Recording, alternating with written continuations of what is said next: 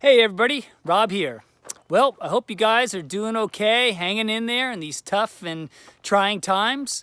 But I thought I'd like to just share a little bit with you about what's happened with our native plant garden project. And obviously we're on delay for a little bit, but actually the plants are still growing and all the work that you guys put in last fall is starting to reap benefits. So right now I'm here at my nursery, Methow Natives, and I thought I'd take you on a little tour through the greenhouse so you can see a little bit about the process of growing native plants for the native plant garden. Come on, follow me. So here's the greenhouse. You can see there's all these different flats of all these different types of native plants that are growing in here.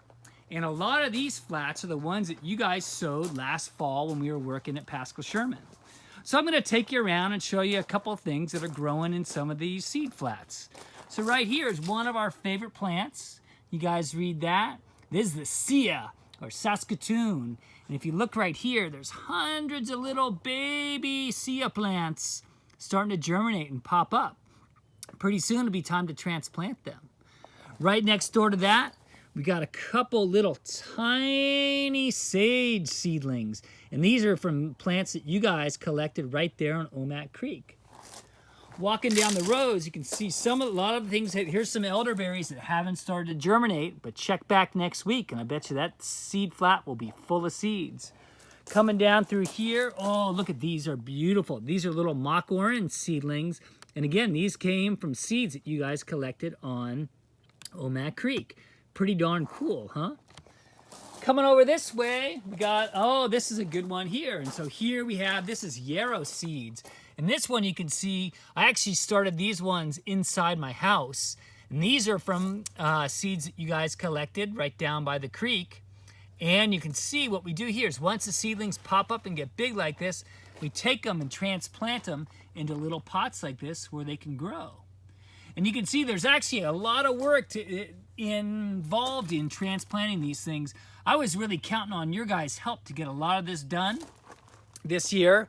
But so far I might be responsible for all the transplanting. But then we can definitely find a lot of projects for you guys to do once you get back to school. Moving down over here, got a couple little seed flats. These ones are in a place that we're protecting them from mice because we had a few mice in the greenhouse. But this is a little seedling that Tulamon's gonna be really excited about.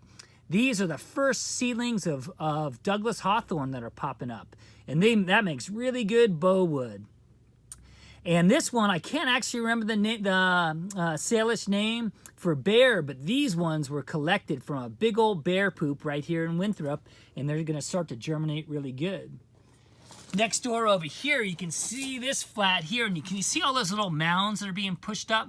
These are choke cherries right in here, and they are really starting to come up. My guess is in a week, there's gonna be 300 to 400 little seedlings in that flat.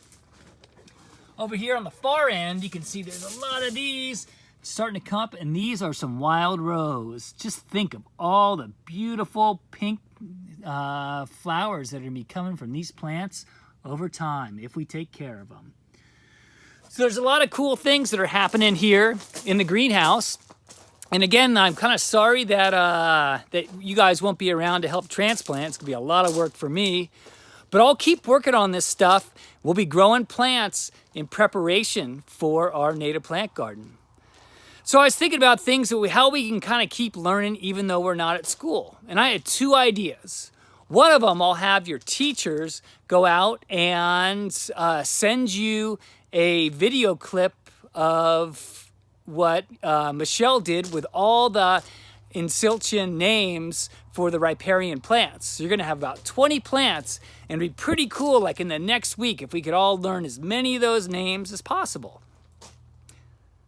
The other thing I like to try and do is to have you guys pick one native plant and talk to somebody in your family and find out what native plant they use most and just a couple of the different traditional uses of it.